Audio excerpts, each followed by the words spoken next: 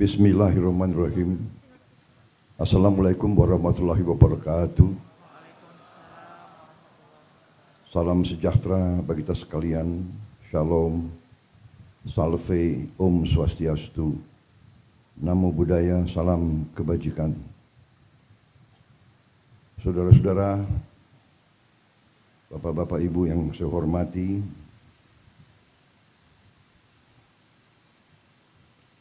saya juga ingin menyapa tokoh-tokoh yang hadir. Tidak apa-apa, memakan waktu nggak apa-apa kan?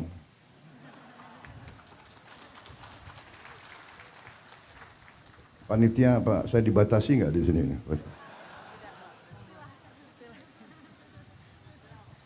Yang saya hormati, saya banggakan Wakil Presiden Republik Indonesia ke-10 dan ke-12, Bapak Haji Muhammad Yusuf Kalla beserta Ibu Mufidah Yusuf Kalla. Yang saya hormati, saya banggakan Ketua Umum Pengurus Pusat Muhammadiyah Profesor Dr. Haji Haidar Nasir beserta para kiai, para ulama, serta para pimpinan Pusat Muhammadiyah dan seluruh keluarga besar Muhammadiyah yang saya hormati dan saya banggakan.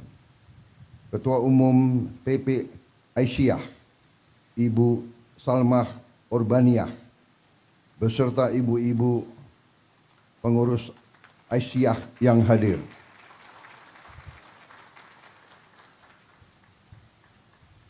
Profesor Dr. Muhajir Effendi, Ketua PP Muhammadiyah periode ini nggak disebut nih tahunnya itu.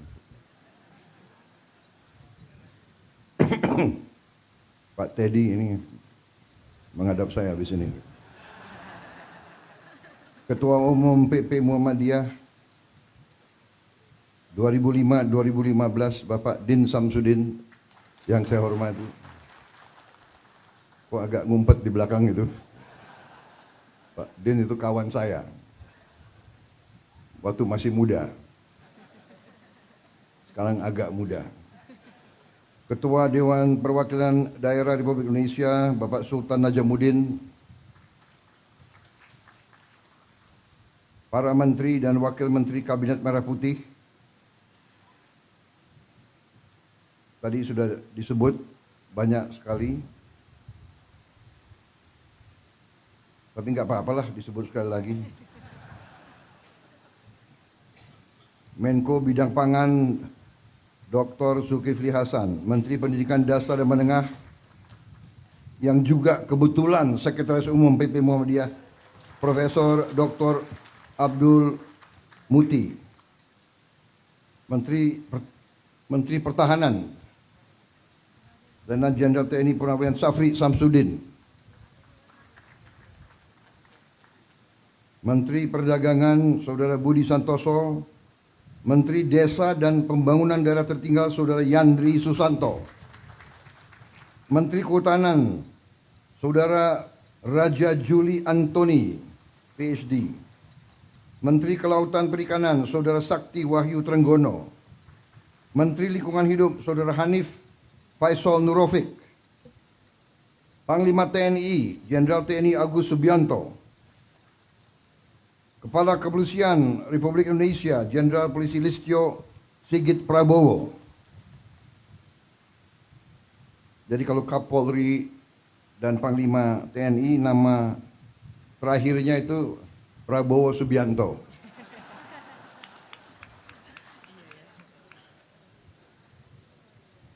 Jangan-jangan nggak diganti-ganti ini. Jangan-jangan. Kepala Badan Gizi Nasional Profesor Dr. Dadan Hindayana, Sekretaris Kabinet Saudara Teddy Indra Wijaya, Ketua Komisi 7 DPR RI Saudara Saleh Daulay, Pejabat Gubernur NTT Saudara Andriko Noto Susanto, Gubernur terpilih NTT Saudara Melkiades Lakalena, Wakil Gubernur terpilih NTT Saudara Yohanes Asadoma,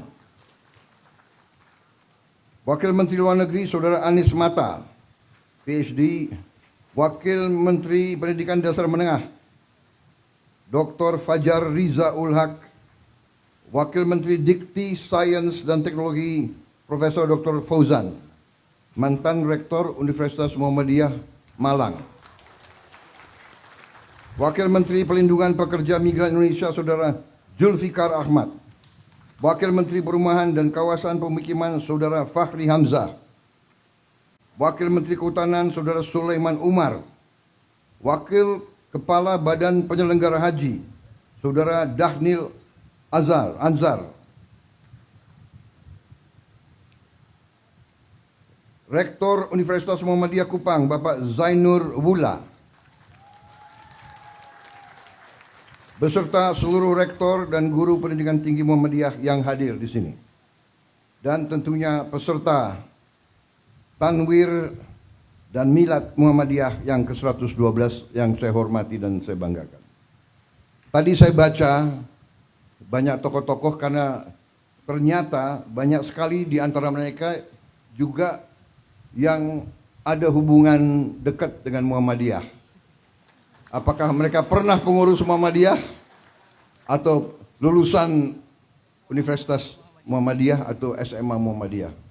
Demikian bukti keberhasilan Muhammadiyah sebagai organisasi kemasyarakatan, sebagai organisasi dakwah, dan lebih dari itu sebagai organisasi pendidikan dan kesehatan. Saudara-saudara sekalian, Presiden Republik Indonesia yang pertama dan kedua juga merupakan warga Muhammadiyah. Kalau tidak salah Presiden Soekarno pernah menjadi pengurus Muhammadiyah.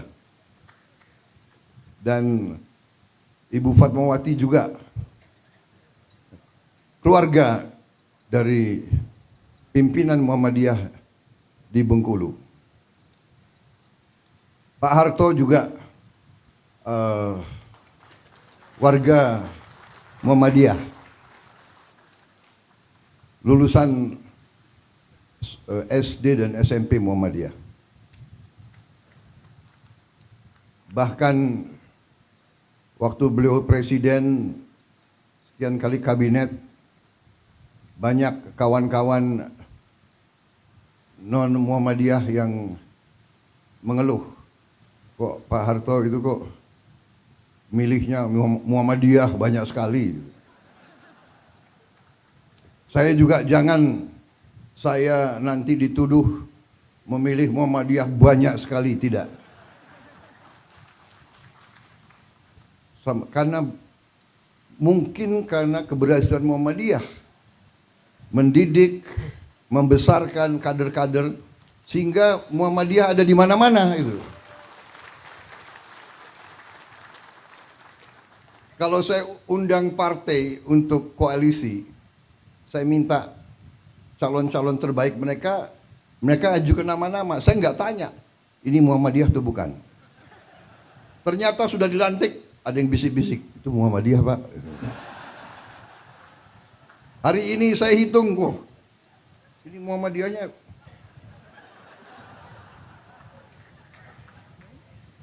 Saya juga baru tahu Budiman Sujatmiko ini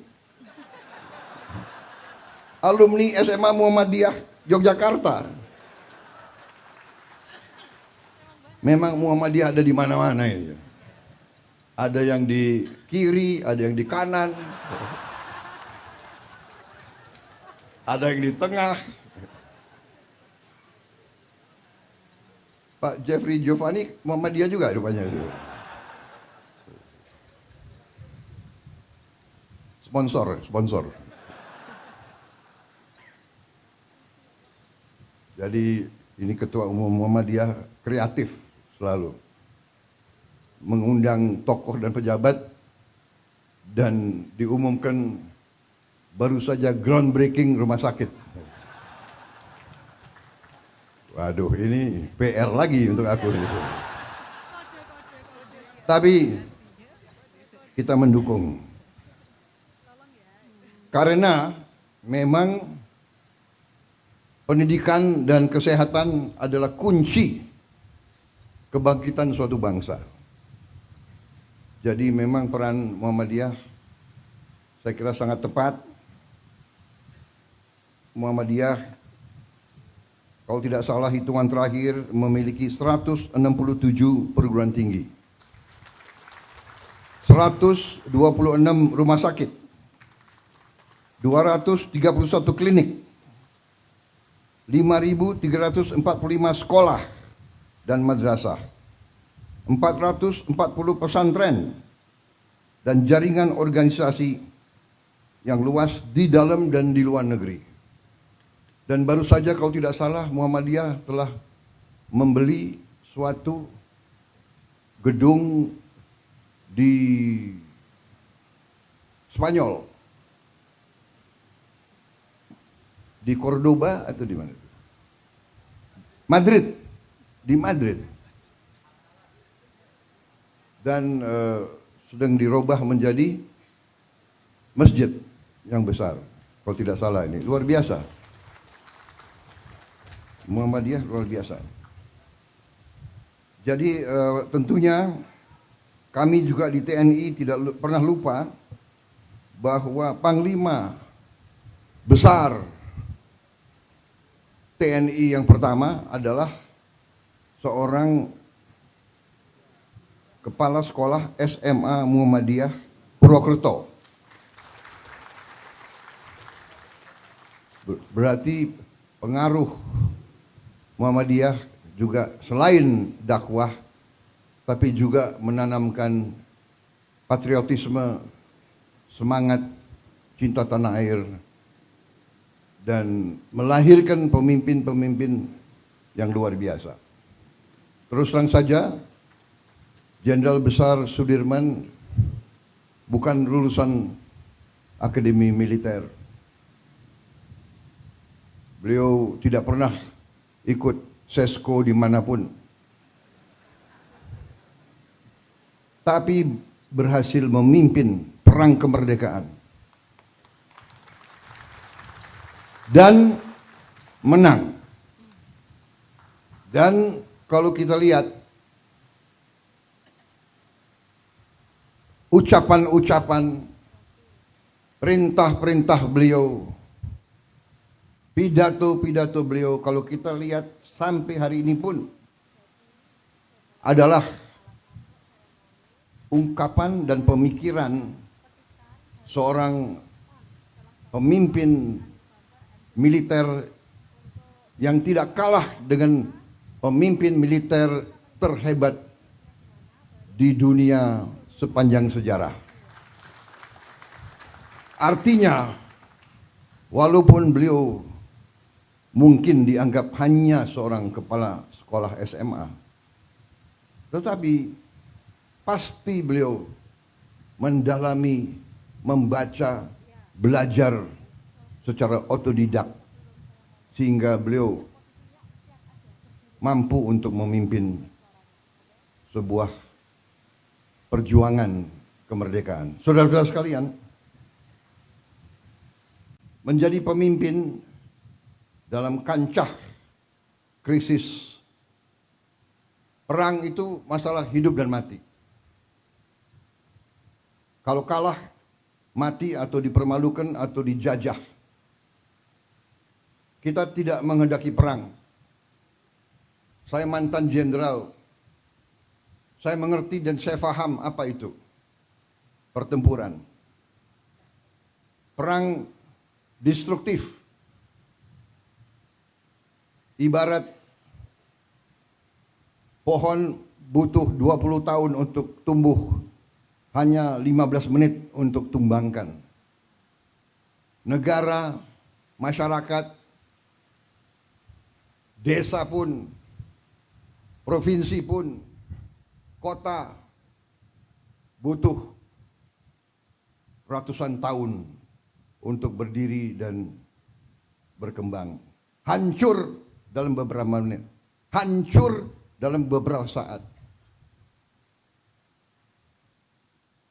Karena saya mengerti itu, saya terus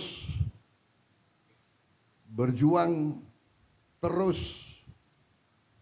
memimpin dengan mengajak, mari kita belajar dari sejarah, mari kita waspada, mari kita galang persatuan, mari kita hindari perpecahan, mari kita hindari konflik. Saudara-saudara, ini situasi yang kita hadapi. Di tengah saya diundang di acara ini, saya ingin mengatakan bukan pengurus Muhammadiyah yang harus terima kasih saya hadir. Saya yang terima kasih karena saya merasa tidak hanya kehormatan, tapi saya merasa penting bagi saya untuk bisa bicara kepada tokoh-tokoh Muhammadiyah, kepada para guru, kepada para ustadz, kepada para ulama. Ustadz, guru, ulama adalah pendidik bangsa, adalah panutan rakyat, panutan masyarakat.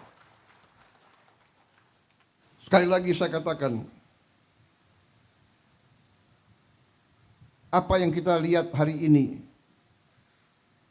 situasi dunia mengajarkan kita, pabrik-pabrik kita tidak dirusak. Saudara-saudara sekalian, mari kita buka televisi, kita buka YouTube, kita lihat apa yang terjadi di hampir setiap negara, apalagi negara Muslim. Lihat, jangan percaya Prabowo. Lihat apa yang terjadi di Gaza. Lihat, anak-anak tidak berdosa. Angka terakhir diperkirakan 5.000 anak di bawah umur 1 tahun mati terkubur. Ribuan lagi kita tidak tahu. Belum anak di atas 1 tahun, belum orang tua, belum ibu-ibu. Libanon, jutaan warga Libanon mengungsi, hilang rumah. Tepi barat, saudara-saudara sekalian, belum Ukraina. Ya, Ukraina jauh, tapi perang Ukraina mengakibatkan harga pangan naik di seluruh dunia. Ya, Gaza jauh, tapi itu saudara-saudara kita. Apa poin yang saya ingin sampaikan, saudara-saudara? Jangan kita anggap damai itu adalah biasa. Jangan kita anggap kita tidak menghadapi ancaman. Kenapa kita harus waspada? Karena kita kaya. Bukan kita ke negeri Belanda, orang Belanda ke kita. Portugis ke kita, Spanyol ke kita, Prancis ke kita, Inggris ke kita. Dari dulu sampai sekarang.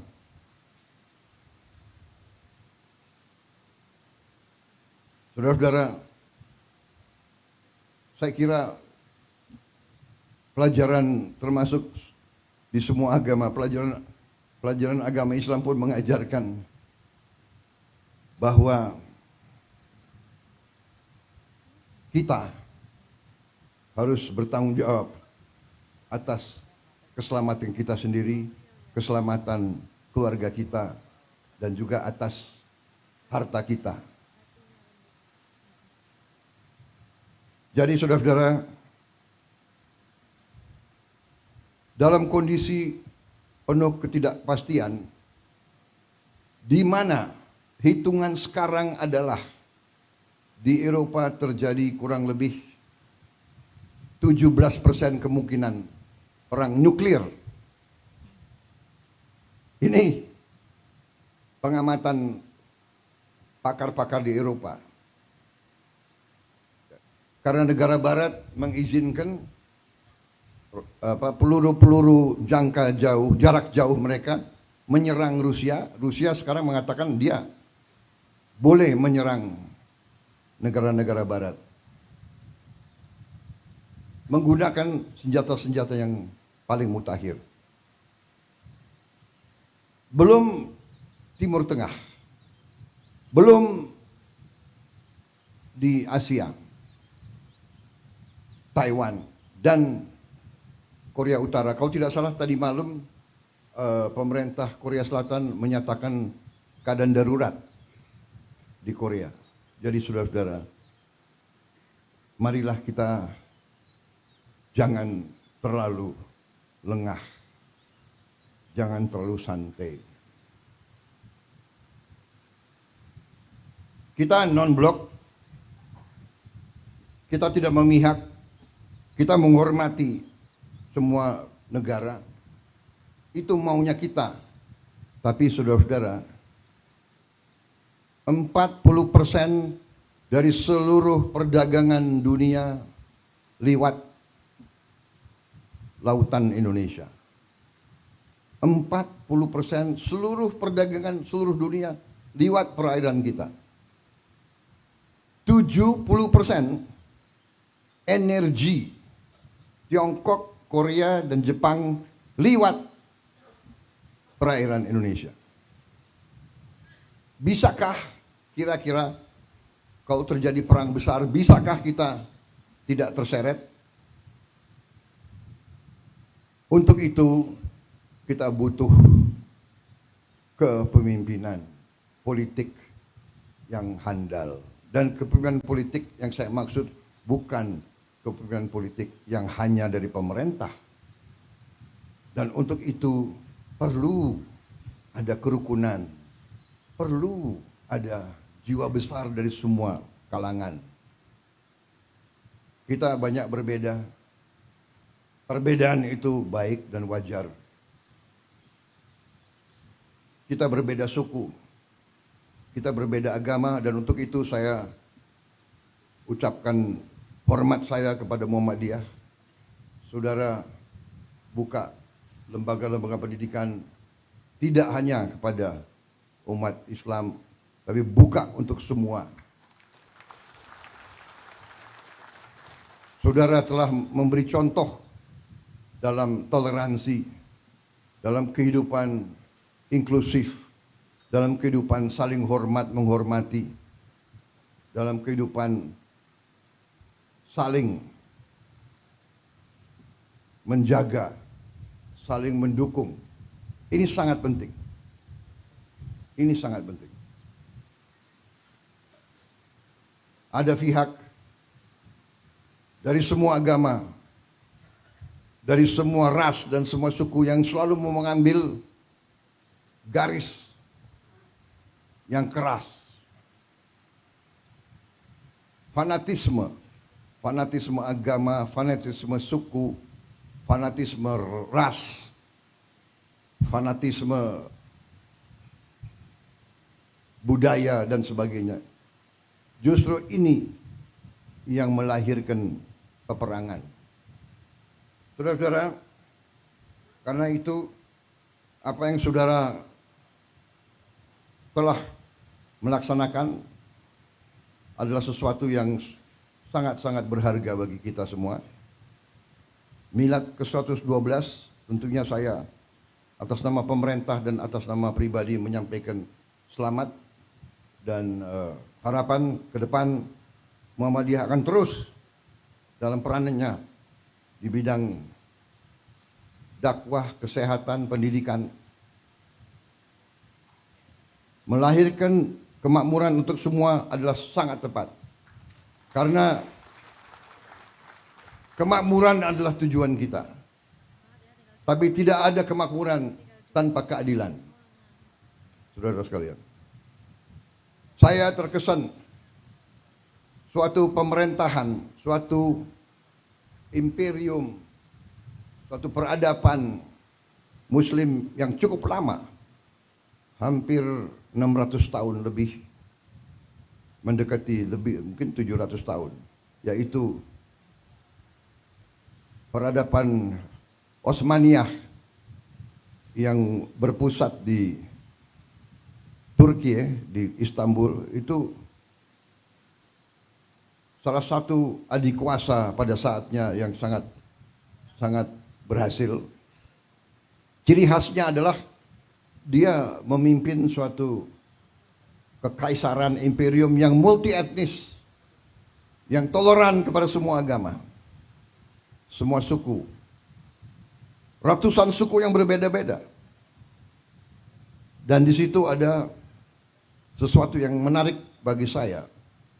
Untuk memimpin ratusan tahun dan memimpin imperiumnya begitu luas, dia memiliki suatu akademi.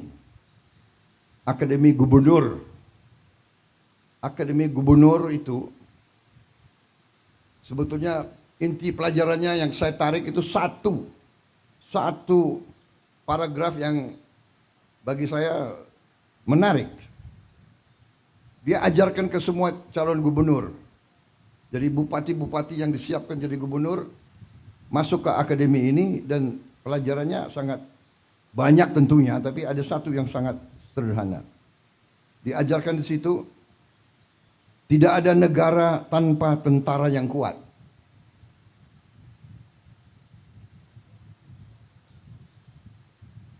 Karena ada kecenderungan pelajaran-pelajaran liberal seolah-olah mau dipisahkan antara sipil dan tentara. Mau dipisahkan antara cendekiawan sama, tidak bisa.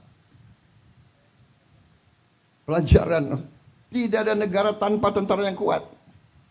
Tidak ada tentara yang kuat tanpa uang. Tidak ada uang tanpa kemakmuran. Tidak ada kemakmuran tanpa rakyat yang bahagia dan sejahtera.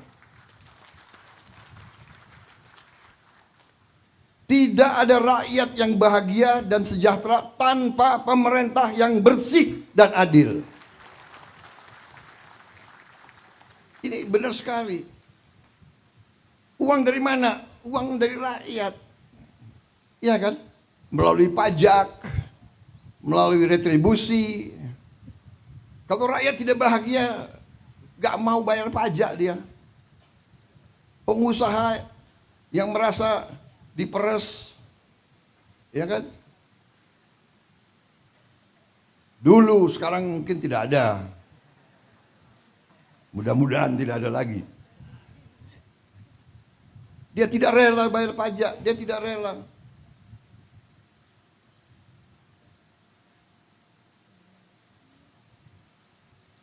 Jadi artinya dari pelajaran itu, kenapa tentara, dan ini tentunya dalam tentara berarti tentara, polisi, pemerintah ini harus kuat dan baik.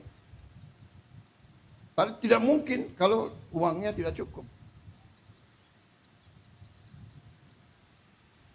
Uang tidak cukup, ya dia bisa bertindak. Kita diajarkan oleh senior-senior kita. Tentara yang tidak disiplin sangat berbahaya. Gerombolan. Tentara yang tidak setia kepada tuannya berbahaya. Siapa tuannya tentara? Tuannya tentara rakyat. Rakyat yang membayar tentara. Sepatunya, kaos kakinya, bajunya, semua dari rakyat. Kalau rakyat itu tidak bahagia, tidak sejahtera. Dan mereka tidak mungkin bahagia dan sejahtera kalau pemerintah itu tidak bersih dan tidak adil.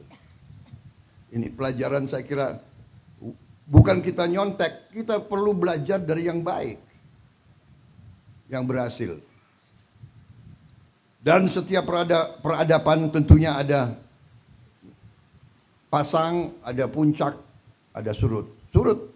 Kenapa? Karena dihajar di mana-mana. Dan kalau kita jujur, di ujungnya memang pemerintahan mereka pun juga terjadi korupsi dan sebagainya. Satu hal yang kita belajar dari sejarah, pemerintah yang korup tidak bisa membawa kemakmuran kepada rakyat. Itu pelajaran. Itu pelajaran. Jadi saudara-saudara, marilah kita bersama-sama sesuai dengan tema yang saudara-saudara pilih. Marilah kita berjuang mencari kemakmuran. Supaya kita hilangkan kemiskinan, hilangkan kelaparan, hilangkan stunting. Saudara-saudara, saya telah mempelajari angka-angka mendalam. Sungguh luar biasa kekayaan kita. Sungguh luar biasa. Tapi kita koreksi diri, kita banyak yang terus terang saja kurang piawai, kurang handal untuk menjaga kekayaan kita. Karena itu saya bertekad untuk mencapai pemerintah yang bersih.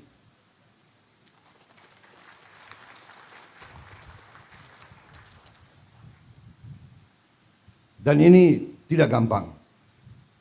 Ini sangat sulit. Bahkan saya tahu, saya ditertawakan, saya diejek. Tapi saya sudah biasa diejek. Mana mungkin menghilangkan korupsi di Indonesia? Mana mungkin menghilangkan kemiskinan? Mana mungkin menghilangkan kelaparan? Apa? Mau kasih makan bergizi? Hahaha, ketawa. Di awal mereka tertawakan saya dan saya tahu mereka mengancam saya. Saya tahu saya diancam. Nanti harga saham, harga indeks saham akan turun. Di hari-hari pertama saya luncurkan gagasan makanan bergizi, sudah muncul. Saya mengerti. Saya ini cukup lama jadi orang Indonesia. Saya mengerti. Saya mengerti. Ada ancaman terbuka, ada ancaman halus. Ada senjata yang terbuka, senapan, meriam, ya itu. Tapi sebelumnya ada senjata-senjata lain. Senjata psikologis, adu domba, fitnah, hoax. Ada ancaman terhadap ekonomi. Saudara-saudara, Pak, karena gagasan makan bergizi, harga saham indeks turun. Saya bilang, saya jawab ke mereka itu, saya kasih tahu ya, biar saya nggak punya saham, saya bilang. Dan rakyat di desa-desa tidak punya saham. Benar.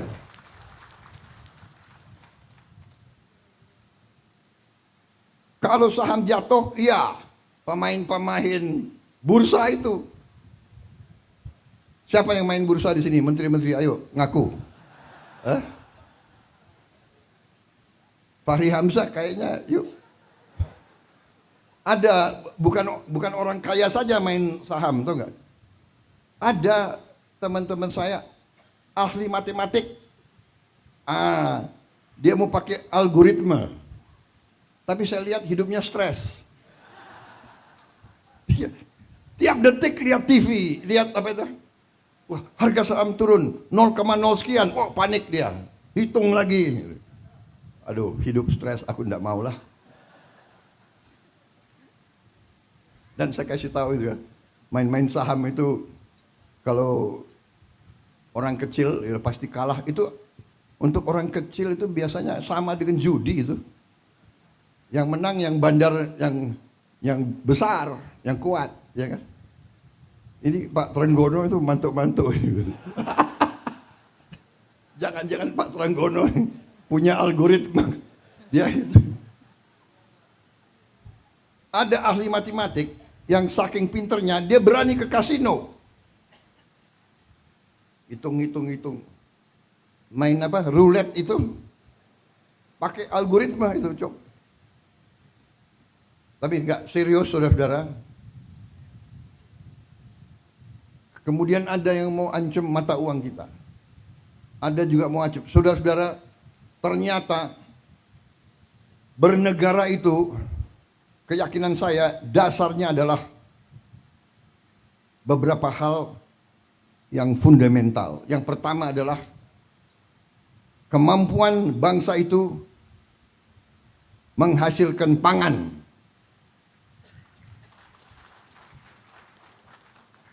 Karena itu kita hormati apa yang dilakukan oleh pemerintah sebelum saya. Semua pemerintah sebelum kita. Dari Presiden Soekarno selanjutnya punya jasa sampai kita berada di sini. Yuk kita hormati pemerintah Pak Jokowi. Saya bukan membela orang. Terus terang aja. Untuk apa sekarang saya, apa itu istilah tentara, ngolor, menjilat, ya kan? Bukan saya bela-bela Pak Jokowi karena person, tidak. Saya mau katakan apa adanya.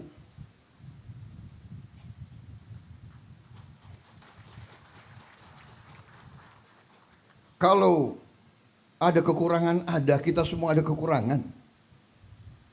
Semua pemimpin ada kekurangan. Jangan memfitnah, jangan menyerang. Kita semua punya kekurangan. Mau buka-bukaan, yang gak enak. Kita diajarkan nenek moyang kita, orang tua kita, mikul dhuwur mendem jero. Orang tua hormati yang baik. Kita sebagai yang muda berani juga ngoreksi. Tapi ngoreksinya dengan cara yang baik, yang sopan. Saya kira itu ajaran ustadz-ustadz saya. Saya bukan orang yang terlalu baik.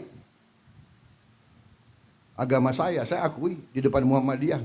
Aku akui. Tapi saya ingat ajaran ustadz-ustadz saya. Tidak boleh dendam, tidak boleh maki-maki. Ya kan? Tidak boleh sakit hati. Tidak boleh benci. Tuhan aja memaafkan kok. Manusia meneruskan permusuhan. Saya ini dikalahkan oleh Pak Jokowi. Dan menteri-menteri saya banyak yang ikut mengalahkan saya. Benar ya? Ayo ngaku tuh, ngaku. Siapa bendaharanya Pak Jokowi? Itu Trenggono itu. Ayo ngaku ini. Ini banyak ini menteri-menteri saya itu. Tapi sudah ini kan perbedaan itu biasa, persaingan itu biasa sudah. Tapi sesudah itu, ayo kerjasama, ayo. Nyatanya saya tahu ini, dalangnya Trenggono ini. Tapi jadi wakil saya di Kementerian Pertahanan. Akhirnya saya dibilang, oh Prabowo pakai banyak orangnya Jokowi. Tidak, bukan orangnya Jokowi. Saya pakai orang merah putih. Saya pakai anak Indonesia. Iya kan?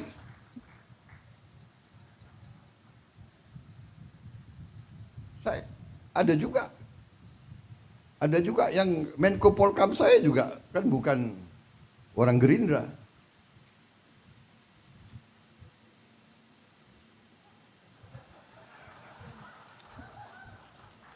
Dia memang non partai. Tapi saya ambil satu. Yang saya ambil, saya yakin di dalam hatinya semua itu cinta merah putih, cinta tanah air. Jadi tidak ada masalah. Di pilkada ada yang menang, ada yang kalah, sudah, ya kan?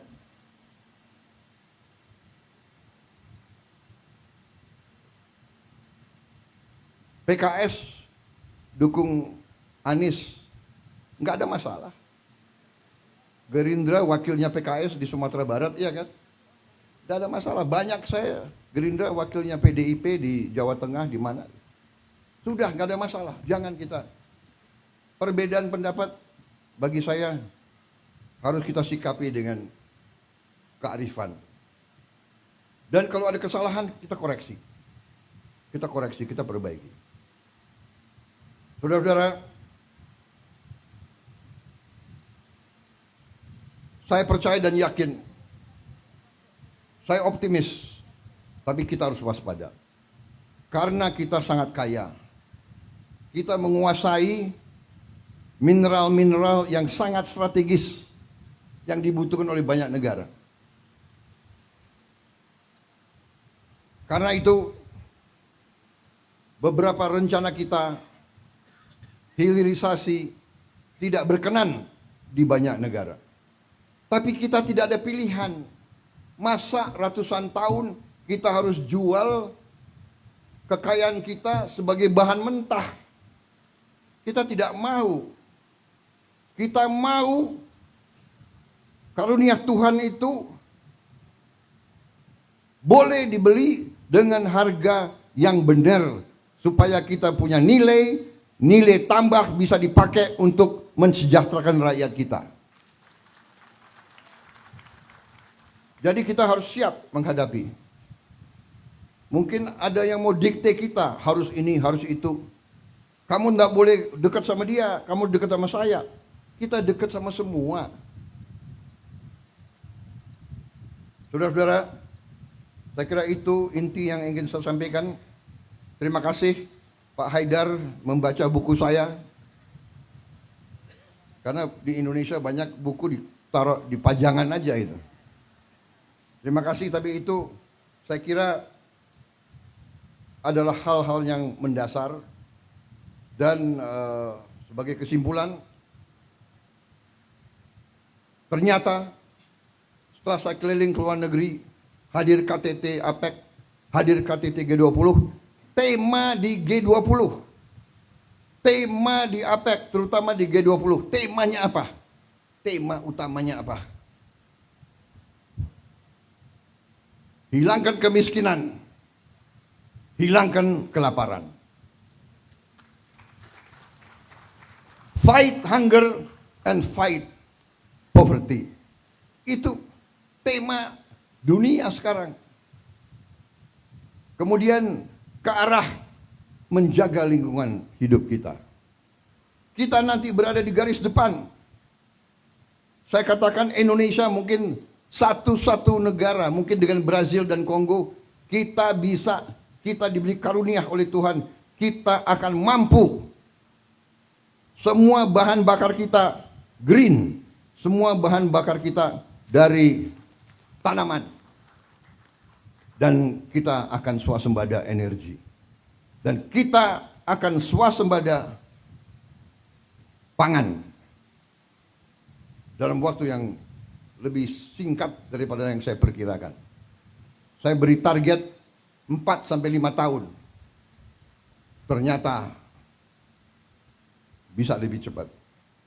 Dan saya percaya dan saya yakin NTT tadi kita robah dari hanya laporan gubernur hanya 300.000 hektar yang sekarang bisa diairi, potensi 4 juta hektar, luar biasa.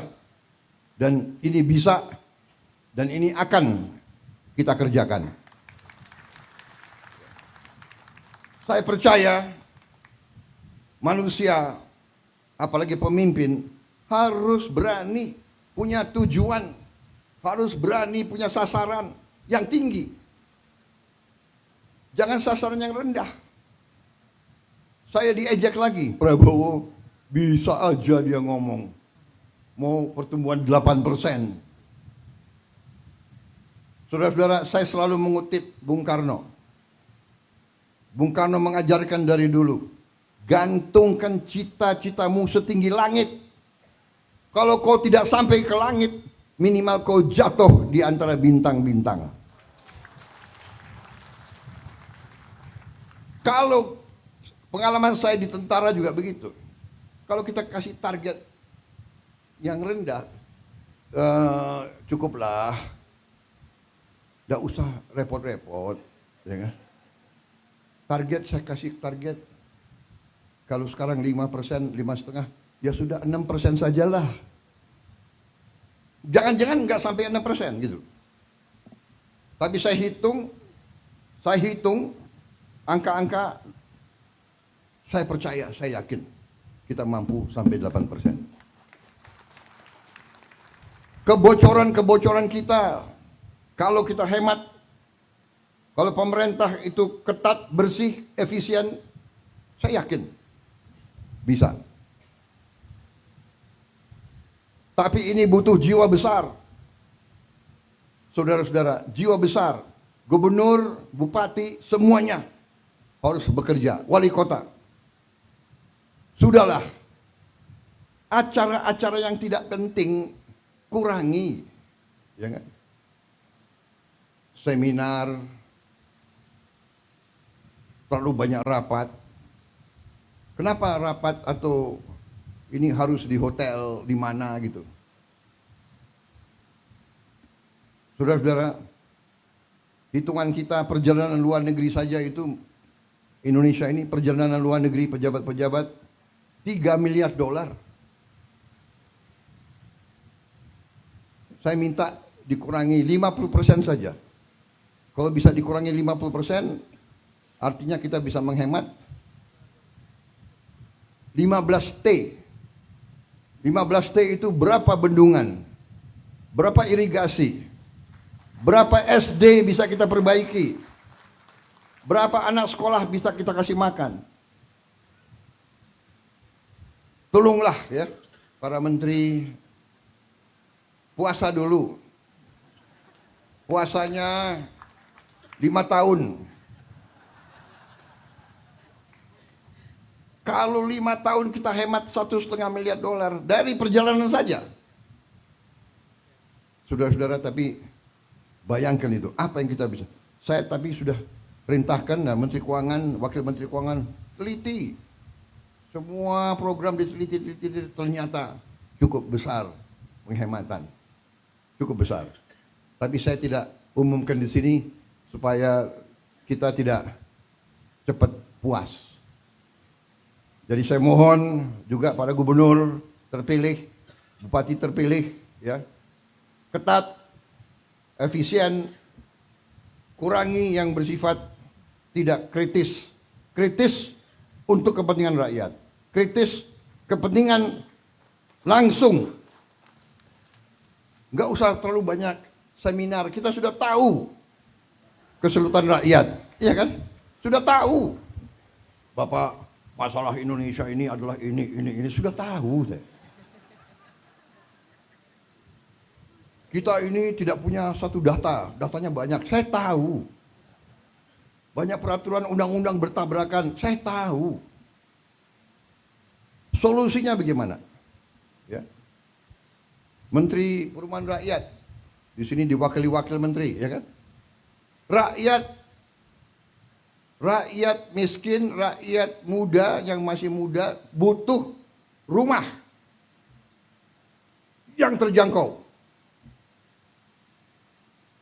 Gak usah diseminarkan berapa jumlah rumah, tipe berapa. Dia butuh segera. Kalau sudah berdiri minimal 3 juta rumah, Fahri Hamzah boleh senyum-senyum. Sekarang jangan senyum dulu kau.